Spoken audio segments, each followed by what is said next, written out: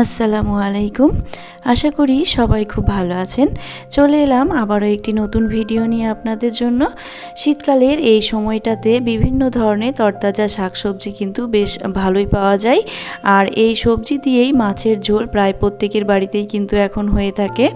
Tomato ধনেপাতা দিয়ে মাছের এরকম হালকা পাতলা ঝোল, সাথে শীতের বিভিন্ন রকম সবজি গরম গরম ভাতের সাথে কিন্তু খেতে বেশ ভালো লাগে।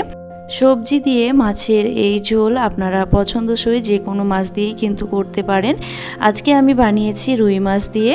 চলুন তাহলে দেখে নেওয়া যাক আজকের রেসিপি, শীতের সবজি দিয়ে রুই মাছের ঝোল।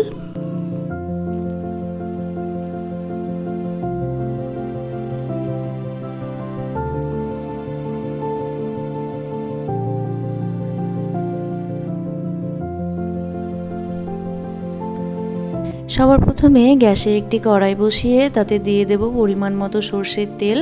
তেলটা এখানে খুব ভালো মতো গরম করে নিতে হবে, একেবারে ধোয়া ওঠা পর্যন্ত তেল কিন্তু এখানে গরম করতে হবে, না হলে পরে মাছ ভাজার সময় কড়াইয়ের গায়ে লেগে যাবে, মাছ খুব ভালো ভাজা হবে না। তেল ভালো মতো গরম হয়ে এলে নুন হলুদ মাখিয়ে রাখা মাছগুলো এক এক করে দিয়ে দেব। একদিকটা ভাজা হয়ে এলে উল্টে দেব এবং আরেক দিকটাও বেশ ভালো করে ভেজে নেব। দুই দিকটা লাল লাল করে ভাজা হলে মাছটা আমি তুলে রাখব।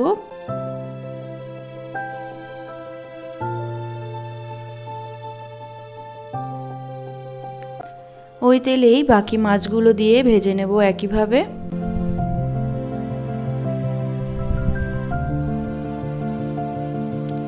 মাছ এখানে আমার ভাজা হয়ে গেছে। এখন ওই তেলের মধ্যেই দিয়ে দেব কেটে রাখা ফুলকপি। ফুলকপিটা দিয়ে তেলের মধ্যে হালকা একটু নাড়াচাড়া করে নিয়ে এখন দিয়ে দেব লম্বা করে কেটে রাখা আলু। তারপরে দিয়ে দেব হাফ চামচের মতো হলুদ এবং হাফ চামচ লবণ। হলুদ লবণটা খুব ভালো করে আলু ফুলকপির সঙ্গে মিশিয়ে নিয়ে ফুলকপি আলুটা এখন মোটামুটি 4 থেকে 5 মিনিট সময় নিয়ে গ্যাসের ফ্লেমটা মিডিয়ামে রেখে বেশ লাল লাল করে ভেজে নেব। ফুলকপি আর আলু এখানে বেশ লাল করে ভাজা হয়ে গেছে, দেখতেই পাচ্ছেন। এখন দিয়ে দেব কেটে রাখা শিম দিয়ে আরও 2 থেকে 3 মিনিটের মতো ভেজে নেব। শিমটা যদি শুরুতেই দিয়ে দেওয়া হতো তাহলে কিন্তু শিমটা বেশি পরিমাণে গলে যেত এবং শিমের কালারটাও নষ্ট হয়ে যেত, এতে করে দেখতে ভালো লাগতো না, বা ঝোলের মধ্যে দেওয়ার পরে কিন্তু শিমটা গলে যাবে, তাই শিমটা পরেই অ্যাড করবেন।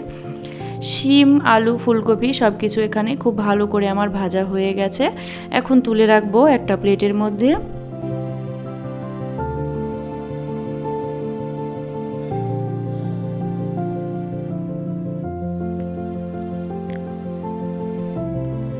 আরও 1 চামচের মতো তেল এখানে আমি দিয়ে দেব। তারপরে দেব 1 চামচ গোটা জিরে আর তার সাথে দেব 2টো তেজপাতা। জিরে তেজপাতাটা কয়েক সেকেন্ড একটু ভেজে নেব। ভাজা হয়ে গেলে এখন দিয়ে দেব বেটে রাখা আদা আর কাঁচা লঙ্কা। এখানে আমি আদা আর 4টে কাঁচা লঙ্কা সামান্য জল দিয়ে বেটে রেখেছিলাম, সেটাই দিয়ে দিলাম।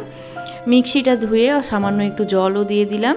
মশলাটা এখন খুব ভালো করে কষিয়ে নিতে হবে যাতে করে আদা রসুনের কাঁচা গন্ধটা চলে যায়। মশলা কষানো হয়ে গেলে দিয়ে দেব গুলিয়ে রাখা মশলা। এখানে একটা বাটিতে আমি 1 চামচ হলুদ, হাফ চামচ লঙ্কার গুঁড়ো, 1 চামচ ধনিয়ার গুঁড়ো, 1 চামচ জিরের গুঁড়ো সামান্য জল দিয়ে গুলে রেখেছিলাম, সেটাই দিয়ে দিলাম। সাথে দিয়েছি স্বাদ মতো লবণ। সব কিছু দিয়ে মশলাটা এখন খুব ভালো করে আমাদের কষিয়ে নিতে হবে। ঢাকা দিয়ে দেব মোটামুটি 3 মিনিটের জন্য, যাতে মশলা তাড়াতাড়ি কষানো হয় এবং মশলা থেকে তেলটা আলাদা হয়ে আসে। প্রায় 3 মিনিট পরে ঢাকনাটা খুলে দেখে নেব। মশলা এখানে খুব ভালো করে আমার কষানো হয়ে গেছে, মশলা থেকে তেলটা আলাদা হতে শুরু করেছে, দেখতেই পাচ্ছেন। এখন এর মধ্যে আমি দিয়ে দেব ভেজে রাখা সবজি, ফুলকপি আলু আর শিম দিয়ে দেব।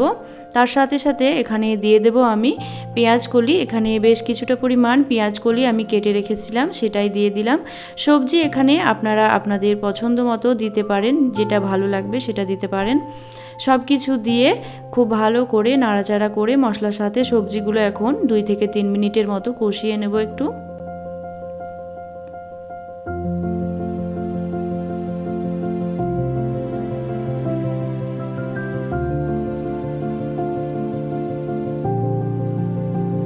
সবজি এখানে আমার খুব ভালো করে কষানো হয়ে গেছে, দেখতেই পাচ্ছেন। এখন দিয়ে দেব ঝোলের জন্য পরিমাণ মতো জল।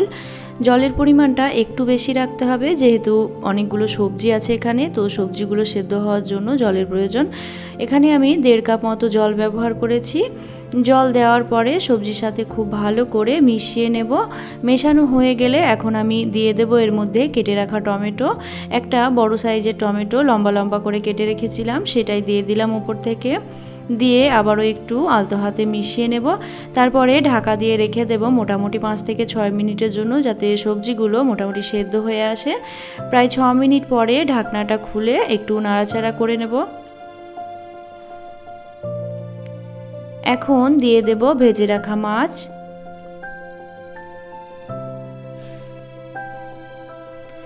তার সাথে এখানে দিয়ে দেব বেশ কিছুটা পরিমাণে ধনেপাতা কুচি।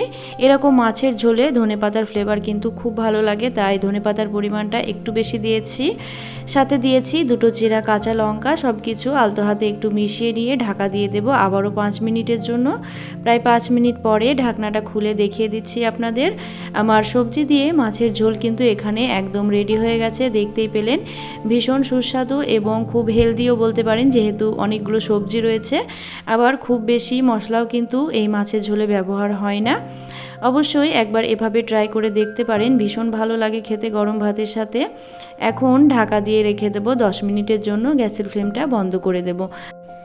আমার আজকের রেসিপি শীতের সবজি দিয়ে মাছের ঝোল আপনাদের কেমন লেগেছে অবশ্যই জানাবেন। যদি ভালো লাগে তাহলে অবশ্যই একটি লাইক, শেয়ার, কমেন্ট করবেন এবং চ্যানেলটি সাবস্ক্রাইব করে পাশে থাকার অনুরোধ রইল। এবং পাশে থাকা বেল আইকনটি প্রেস করতে একদমই ভুলবেন না। এতে করে আমার পরবর্তী যে কোনো নতুন ভিডিওর নোটিফিকেশন সবার প্রথমে আপনার কাছে পৌঁছে যাবে। Thank you.